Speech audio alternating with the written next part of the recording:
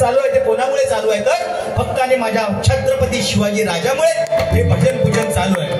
छत्रपती शिवाजी महाराज काय जास्त वर्ष जगले नाही या महाराष्ट्रामध्ये, फक्त 50 वर्षाचं आयुष्य माझ्या महाराजांना लाभलं. पण या 50 वर्षाच्या आयुष्यामध्ये छत्रपती शिवाजी महाराजांनी तुमच्या आमच्यासाठी एवढं करून ठेवलंय ते 500 पिढ्याला सुद्धा जमणार नाही आणि 500 पिढ्यांना सुद्धा खाऊन पूर्ण उरेल एवढं माझ्या राजाने आपल्यासाठी करून ठेवलेलं आहे. म्हणून हे मंदिर आणि मंदिरावरचे कळस आणि हा जो हिंदू धर्म टिकला आहे तो कशाच्या जोरावर तर फक्त आणि माझ्या छत्रपती शिवाजी महाराजांच्या जोरावरती. म्हणून छत्रपती शिवाजी महाराजांचे हे माझ्या महाराजांसाठी एकच सांगेन, तेला वाचून किंमत काय समईच्या वातीला, तेला वाचून किंमत काय समईच्या वातीला, धारा वाचून किंमत काय तलवारीच्या मातीला, पाण्या वाचून किंमत काय जमिनीच्या मातीला आणि छत्रपती शिवाजी महाराजांशिवाय पर्याय नाही या महाराष्ट्राच्या मातीला, या महाराष्ट्राच्या मातीला, या महाराष्ट्राच्या मातीला.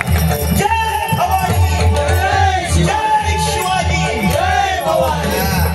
कारण मगाशी तुम्ही सांगितलं की हो भगवो, एक त्याच्यात एक अक्षर जोडलात की भगवान, न शब्द एक टाकलात की भगवान होणार. पण या भगव्याचा अर्थ म्हणजे काय, भ म्हणजे भयरहित, ग म्हणजे गर्वरहित आणि वा म्हणजे वासना रहित, तो हा भगवा रंग नाही काय.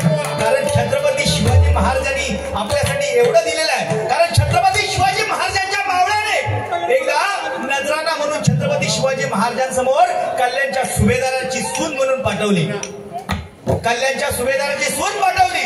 त्या छत्रपती शिवाजी महाराज त्या अबलेचा उपभोग घेतील असं त्या मावळ्याला वाटलं होतं. पण महाराजांनी त्या अबलेचा उपभोग न घेता महाराजांनी काय केलं, त्या अबलेची खाना नारळानं ओटी भरली आणि परत माघारी पाठवून दिली. आणि छत्रपती शिवाजी महाराजांच्या मुखामधून उद्गार निघाले ते कोणते, असीचा मुझी आई असती सुंदर रूपवती, आम्ही ही सुंदर झालो असतो, वदले छत्रपती, वदले छत्रपती, वदले छत्रपती.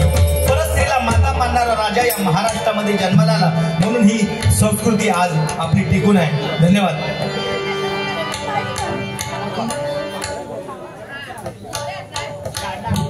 जरा पाणी दे ना,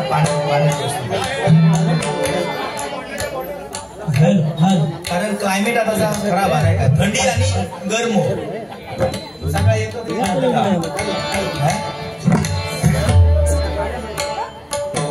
मगाशी बोलता बोलता बोलले की महिला वर्ग खुश आहे आज.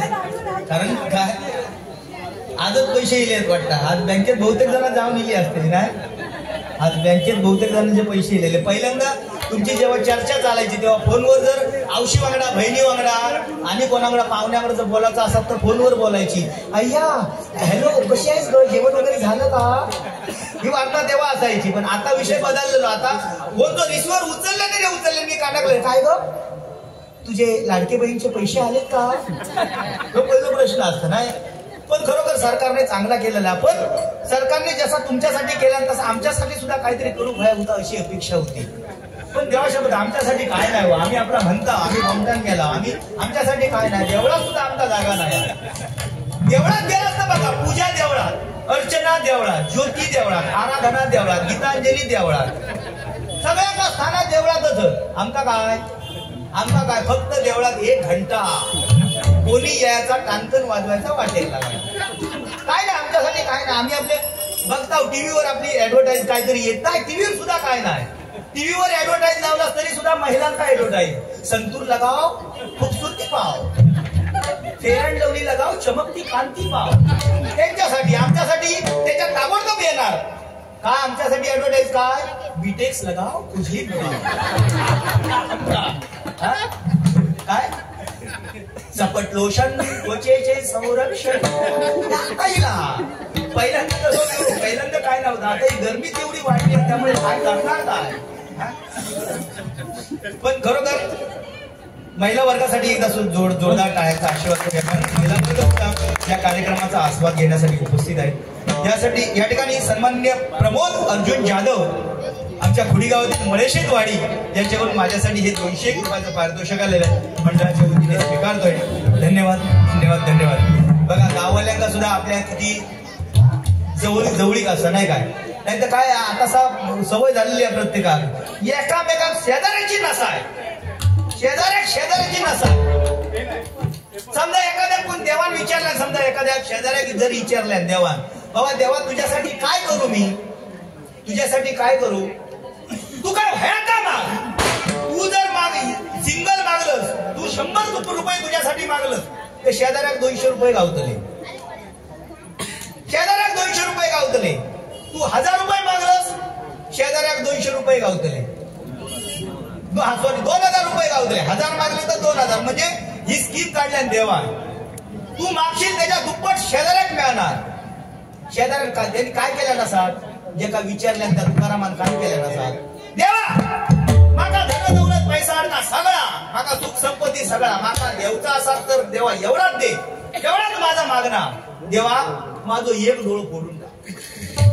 काय मागले त्या भक्तान? देवा माझं एक डोळं फोडून टाक. म्हणजे त्याचा उद्देश काय? माझं एक फुटलो की शेजाऱ्याचे 2 फुटले.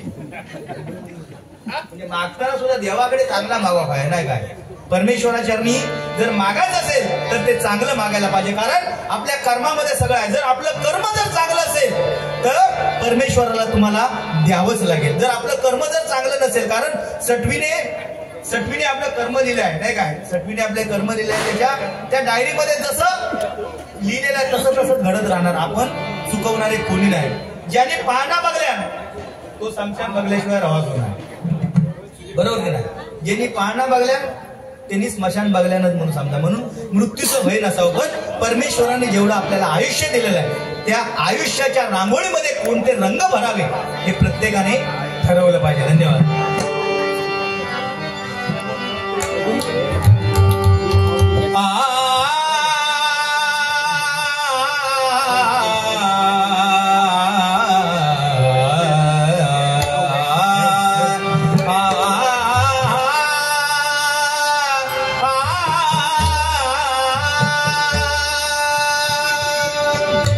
जो सत्याविन शब्द न बोले, जो सत्याविन शब्द न बोले, सहजई कोणाशी, सहजई कोणाशी मित्रा करवयती.